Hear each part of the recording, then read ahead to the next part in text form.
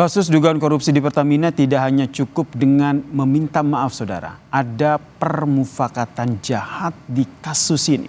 Lalu bagaimana menuntaskan korupsi impor bahan bakar minyak yang menyeret sejumlah pejabat di Pertamina? Kami membahasnya bersama dengan Gunardi Ridwan selaku peneliti Fitra dan juga anggota Komisi 12 DPR, Mulyadi yang telah bergabung bersama kami di Kompas Petang. Salam sehat semuanya. Saya ke Mas Gunardi selaku peneliti Fitra. Anda telah melihat ini ada penyampaian permintaan maaf dari Dirut Pertamina sendiri. Menurut Anda selain minta maaf, apa yang harus dilakukan oleh Pertamina? Ya, pertama dengan adanya kasus ini ya, ini bisa menjadi momentum perbaikan ya terkait sistem dan tata kelola migas di Indonesia ya. Apalagi kita tahu ya bahwasannya kasus ini sebenarnya kan juga pernah terjadi ya. Artinya kasus tata kelola migas ini juga pernah terjadi di tahun-tahun sebelumnya. Di mana juga bahkan pemerintah pernah membentuk tim reformasi tata kelola migas ya, yang mana memberikan beberapa rekomendasi untuk tata kelola migas tersebut. Tetapi nampaknya di tahun ini ya, khususnya di 2025 temuan Kejagung menurut saya perlu kita apresiasi ya. Ini merupakan langkah yang menurut kami luar biasa gitu ya. Di mana tadi ya Kejagung memaparkan ya bahwasanya ada dugaan korupsi ya dalam hal ini soal bagaimana Pertamina khususnya anak perusahaan Pertamina gitu ya melakukan sebuah markup atau potensi melakukan penyalahgunaan gitu ya, sehingga tadi ya menimbulkan kerugian negara. Apalagi saya pikir ya rentang tahunnya juga cukup lama ya, dari 2018 sampai 2023, di mana juga di situ ada era pandemik ya, di mana masyarakat pada saat itu sedang mengalami kesulitan secara ekonomi, tapi ada sekelompok orang gitu yang mendapatkan keuntungan. Dan saya pikir pemerintah perlu melakukan tindakan gitu, tindak tegas pelaku yang kemudian diduga ya melakukan indikasi korupsi, dan juga saya pikir ini tidak bisa main-main ya. Pemerintah ataupun aparat penegak hukum juga perlu menelusuri ya kemana alirannya gitu ya, biar lebih jelas dan juga tidak hanya mengambang di atas saja gitu. Menelusuri aliran ini lebih jelas sehingga memang Pertamina ini benar-benar harus diselamatkan, dengan catatan memang orang-orang yang terlibat dalam kasus di dugaan korupsi ini juga diusut begitu. Anda melihat sistem pengawasannya seperti apa, Pak Mulyadi dari Komisi 12 DPR? Ya, sebetulnya emang persoalan yang menjadi kasus hukum ini tentu merupakan sesuatu yang mengejutkan kita ya, walaupun selama ini banyak pihak yang mengatakan adanya mafia migas dan lain sebagainya. Oleh karena itu saya merasa sudah sewajarnya Dirut Pertamina menyampaikan permohonan maaf, walaupun periode kasus hukum yang terjadi adalah pada periode sebelumnya, sebelum Pak Simon menjadi Dirut ya. Maka dari itu saya sepakat, kami di Komisi 12 tentu sama seperti yang disampaikan oleh Pak Gunardi tadi, Pak Gunardi dari Fitra. Tentu ini kita jadikan sebagai sebuah momentum untuk melakukan perbaikan. Kami ingin mengetahui dari mekanisme mana yang terjadi titik kelemahan dalam tata kelola migas ini. Ini yang harus kita pastikan. Dari titik bagian mana, mulai dari hulu sampai hilir, di bagian-bagian mana yang harus kita lakukan perbaikan. Bahkan sebetulnya undang-undang migas itu, revisi undang-undang migas sudah lama kita ingin lakukan revisi, namun sampai saat ini belum terjadi. Maka dari itu pada kesempatan ini salah satu yang memang yang cukup mendesak adalah kita juga harus melakukan revisi undang-undang migas, termasuk sejauh mana peran dari SKK migas ya. Dulu kan sebetulnya bukan SKK, dulu ada namanya BP migas, tapi setelah itu dibatalkan oleh MK kan, dibentuklah SKK. Maka dari itu kita harus lakukan perumusan yang lebih cermat, kita bikin semacam institusi atau badan baru yang betul-betul bisa mengcover atau menutup celah-celah yang selama ini mungkin bisa dimanfaatkan oleh pihak-pihak tertentu. Oke, adanya badan baru untuk bisa mengusut kasus ini. Dari Fitra sendiri? Bukan badan baru, maksud saya di dalam undang migas tentu nanti kita bikin, kita rumus ulang, kita lakukan rumus ulang ya. Apakah nanti bentuknya akan tetap SKK atau badan lain, itu kan soal lain. Oke. Namun kebutuhan terhadap revisi Undang-Undang Migas saya rasa sudah menjadi sebuah kebutuhan, saya rasa. Kebutuhan akan revisi Undang-Undang Migas ini jadi salah satu upaya untuk Dan begitu juga terkait dengan peran BPH Migas. Sebetulnya kan BPH Migas adalah lembaga yang melakukan pengawasan dalam penyaluran BBM. Tapi dalam praktek sehari-hari BPH Migas khususnya dari aspek personil memang sangat terbatas dan juga belum memiliki sistem IT yang canggih. Makanya pada beberapa kesempatan saya mengusulkan agar BPH Migas dengan keterbatasan yang ada, mereka harus membuat sistem IT yang mampu melakukan monitoring yang baik, sekaligus juga bisa menampung keluhan-keluhan masyarakat atau pengaduan-pengaduan yang segera dapat ditindaklanjuti. Baik, saya ke Mas Peter. Mas Peter, apakah ini saja sudah cukup untuk mengembalikan, bisa dikatakan citra Pertamina? Begitu, karena kita lihat ini masyarakat publik akhirnya kecewa, merasa dibohongi dengan dugaan Pertamax oplosan ini.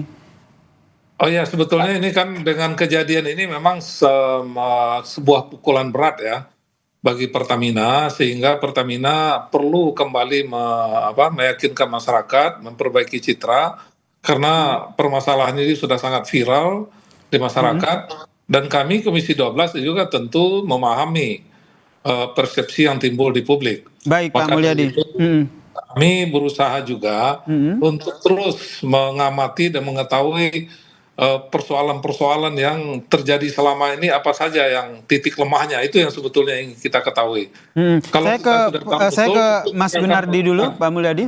Saya ke Mas Gunardi. Anda melihatnya seperti apa? Adanya pengawasan, kemudian tadi ada revisi Undang-Undang SKK Migas, kemudian sejumlah hal lah yang tadi dilakukan. Tapi menurut Anda sebagai peneliti Fitra, langkah awal yang harus dilakukan apa sehingga benar-benar kekecewaan publik dengan adanya dugaan ditipu oleh adanya Pertamax oplosan ini bisa redam? Ya, tentu ini menjadi PR yang sangat besar ya, karena mengembalikan kepercayaan masyarakat yang jelas yang sudah ini ya dengan sadar gitu, dengan baik hati, kemudian menggunakan bahan bakar non subsidi, itu kan suatu hal yang besar gitu ya. Apalagi tadi ya kita lihat di berita awal bahwa kesannya teman-teman LBH dan Celios melakukan posko pengaduan ya, terhadap masyarakat yang kemudian dirugikan atas hal itu. Nah, saya juga sebagai pemakai Pertamax juga cukup kecewa gitu ya terhadap dugaan ini, sehingga maka yang paling penting tadi ya, bagaimana ada rumusan gitu, transparansi dan akuntabilitas soal ini ya, rantai pasok gitu ya, migas di Indonesia. Tadi saya sepakat juga dengan Pak Mulyadi tentunya gitu ya, tentu perlu juga ada sebuah sistem gitu ya, agar pengawasan itu tidak hanya dilakukan dengan SKK migas saja. Tadi kan sudah disampaikan ya, bahwasanya BPH migas itu punya keterbatasan, tadi sudah disampaikan. Nah, terus bagaimana melibatkan tadi ya partisipasi masyarakat, ini menjadi penting ya, agar tadi tidak ada lagi praktik yang terjadi tidak ada lagi praktik dugaan korupsi yang terjadi di Pertamina. Kalau kita lihat Mas Gunardi, sendiri pun kan, bahkan menurut IITS sendiri pun ya, bahwasannya itu juga mereport ya, bahwasannya nilai atau skor transparansi kita tuh rendah gitu ya.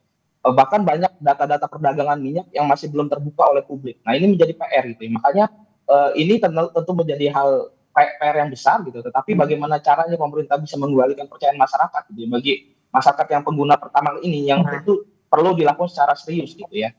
Mengembalikan kepercayaan masyarakat ini yang harus benar-benar dilakukan oleh pemerintah, karena sebenarnya Pertamina ini kan kalau kita lihat merupakan salah satu perusahaan besar yang punya peran strategis dalam tata kelola energi begitu. Saya ke Pak Mulyadi, kalau kita lihat laporan yang dari LBH, ini saya catat ada sekitar 546 aduan. Salah satu yang mereka inginkan adalah bentuk tim independen untuk mengusut kasus ini.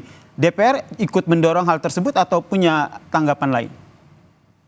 Ya, sebetulnya kan sekarang kan persoalan ini sudah ditangani oleh aparat hukum, oleh Kejaksaan Agung. Tentu kita beri apresiasi kepada Kejaksaan Agung yang telah melakukan mengusut kasus ini. Namun demikian kita juga berharap apa yang dilakukan oleh Mahkamah Agung tentu betul-betul harus tuntas ya. Tidak hanya sampai pada pelaksana, juga harus dikejar sampai intelektual dadernya. Intelektual dadernya. Jadi maka dari itu kami menginginkan dengan kejadian ini Pertamina tentu lebih akan merubah paradigmanya ya. Nah, misalnya paradigma yang lebih terbuka, kemudian tidak anti kritik, yang kemudian juga terutama dalam pengadaan BBM dan pengadaan crude, jangan sampai ada kecurigaan dari masyarakat pemainnya ya itu saja. Itu yang selama ini mungkin disebut oleh berbagai pihak mafia migas ya. Maka dari itu peluang-peluang atau pola-pola pengadaan crude dan BBM itu harus lebih terbuka dan lebih bisa diikuti oleh berbagai pihak sehingga Pertamina bisa menganut atau menerapkan prinsip-prinsip transparansi. Apalagi pada saat ini kecurigaan masyarakat ini sudah semakin mendalam. Ini tentu sebuah tantangan besar bagi Pertamina untuk mengalihkan citranya. Betul, ini tantangan besar ya buat Pertamina untuk membalikan citranya. Terakhir saya ke Mas Gunardi, konkretnya apa nih dorongan yang harus yang didorong oleh Fitra sehingga betul-betul Pertamina ini harus diselamatkan, di sisi lain orang-orang yang memanfaatkan Pertamina dalam melakukan dugaan korupsi di dalam Pertamina ini juga terus diusut tuntas? Ya, yang pertama sebenarnya ini ya, sebelumnya itu kita pernah membentuk ya tim reformasi tata kelola migas ya. Saya pikir banyak rekomendasinya itu belum dituntaskan ya, seperti menghentikan impor RON 88, melakukan audit forensik, terus juga termasuk membangun kilang baru ya. Itu kan sebenarnya untuk membuat kita tidak tergantung ya melakukan impor gitu ya. Tapi untuk konteks kasus yang ini gitu ya, Fitra juga memberikan rekomendasi gitu ya yang cukup, yaitu tadi ya. Mungkin juga melibatkan PPATK gitu ya dalam melakukan penyelidikan tentang aliran uang, karena jangan sampai berhenti di 9, bisa jadi pemainnya lebih besar. Nah ini kan tadi ya kasusnya ini tahun-tahun sebelumnya juga pernah terjadi gitu dan cukup besar gitu. Nah ini seringkali tidak jelas gitu arahnya, makanya oleh sebab itu ini di awal tadi dibuka, bahkan tidak hanya oleh saya, oleh Pak Mulyadi juga tentang ini momentum perbaikan. Maka kalau tidak dilakukan dengan serius, ini kemudian akan terjadi lagi gitu ya. Makanya tadi ya, bagaimana pemerintah bisa menjalankan rekomendasi tim tadi yang sebelumnya itu menjadi barometer gitu. Seberapa seriusnya pemerintah ingin membenahi gitu tata kelola migas kita. Gitu. Baik, ini yang kita nantikan bersama, seberapa serius pemerintah akhirnya memperbaiki tata kelola migas, momentum baik untuk memperbaiki, karena kita tahu bahwa Pertamina ini merupakan perusahaan besar yang memiliki peran strategis dalam tata kelola migas di tanah air. Terima kasih para narasumber saya, ada Gunardi Ridwan, peneliti Fitra, dan juga anggota Komisi 12, Pak Mulyadi telah bergabung bersama kami di Kompas Petang. Salam sehat semuanya.